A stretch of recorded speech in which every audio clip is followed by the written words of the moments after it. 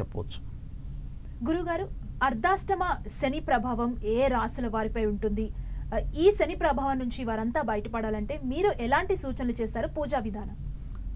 అర్ధాష్టమ శని దోషం అనేటువంటిది శని ఏ రాశి నుంచి అయితే 4వ స్థానంలో సంచారం చేస్తుంటాడో వారికి అర్ధాష్టమ శని. అంటే అష్టమం అంటే 8, అర్ధ అంటే దాంట్లో సగం.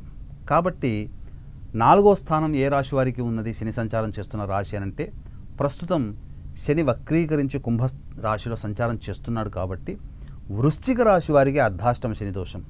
విచిత్రం ఏంటంటేనమ్మా, చాలామంది అష్టమ శని అంటే 8 సంఖ్య ఎక్కువ కదా, వాళ్ళకే ఎక్కువగా దోషం ఉంటుందేమో అని అనుకుంటుంటారు. కానీ అన్ని దోషాలలో శని దోషాలలోకెల్లా అర్ధాష్టమ శని దోష ప్రభావం చాలా ప్రభావవంతంగా ఉంటుంది. దీనివలన అంటే అర్ధాష్టం ఎందుకన్నానంటే మనిషికి సంతృప్తినిచ్చే స్థానము చతుర్థ స్థానం, ఏ పని చేసినా సంతోషము కలగడం. అయితే ఈ వృశ్చిక రాశి వారికి చతుర్థ స్థానంలో శని సంచారం జరుగుతుంది. కాబట్టి ఈ యొక్క వృశ్చిక రాశి వారికి ప్రతి పని యందు కూడాను అసంతృప్తి వారికి కలుగుతుంది. లేదా వారు ఎవరి కోసమైతే పని చేస్తుంటారో, అనగా వ్యాపారంలో కావచ్చు, ఉద్యోగంలో కావచ్చు, ఎక్కడైనా కానీ వారు ఎవరి కోసం పని చేస్తుంటారో ఆ పని వారికి సంతోషాన్ని ఇవ్వదు. కాబట్టి మీరు సంతోషంగా పని చేయలేరు, మీరు సంతోషంగా ఉండలేరు. ఈ యొక్క వృశ్చిక రాశి వారని చెప్పవచ్చు. వృశ్చిక రాశిలో ఏ నక్షత్రాలు ఉంటాయి? విశాఖ 4వ పాదం, అనురాధ 4 పాదాలు, అలాగే జ్యేష్ఠ 4 పాదాలు. వెరసి విశాఖ 4వ పాదం, అనురాధ, జ్యేష్ఠ 4 పాదాలు ఈ యొక్క వృశ్చిక రాశిలో ఉంటాయి. కాబట్టి వృశ్చిక రాశి వారికి అర్ధాష్టమ శని దోషం. అయితే పాపగ్రహాల యొక్క స్థితి కంటే కూడా పాపగ్రహాల యొక్క వీక్షణ వాటి మీద ఎక్కువగా ప్రభావం చూపుతుంది.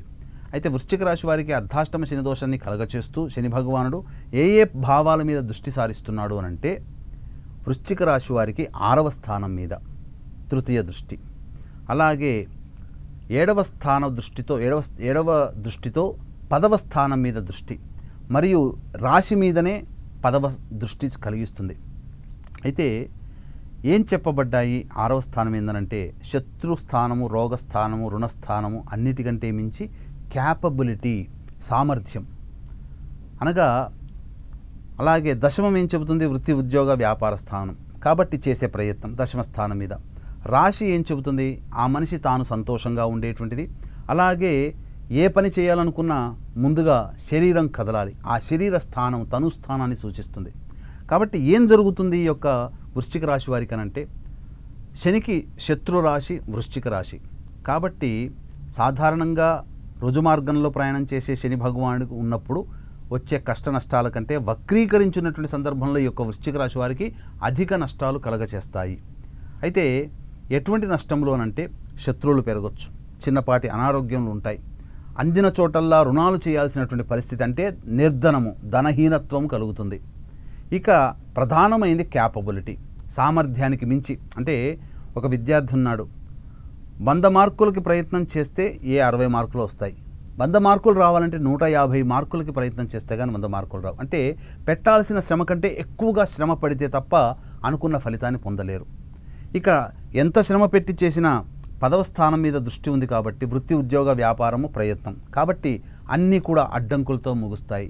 ఆశాజనకమైనటువంటి వ్యాపారము ఉండదు, అలాగే ఆశాజనకమైనటువంటి వృత్తి ఉండదు, అలాగే ఉద్యోగంలో కూడా ఆనందంగా ఉండదు. ఇక తను స్థానం మీద దృష్టి ఉన్నప్పుడు జరిగేటువంటిది ఏంటంటే ఏ పని ఎందో కూడాను ఆసక్తి ఉండదు, బద్ధకం పెరుగుతుంది, పోస్ట్పోన్మెంట్ ఆఫ్ వర్క్, తర్వాత చూద్దాంలే, తర్వాత చేద్దాంలే అనే ఆలోచనలే ఇవి. పైగా ఆలోచనలతోనే కాలం గడిచిపోతుంది తప్ప ఎటువంటి ప్రయోజనం అనేటువంటిది ఈ యొక్క వృశ్చిక రాశి వారికి దశమ దృష్టితో రాశిని చూస్తున్నటువంటి కారణం చేత కలుగుతుంది.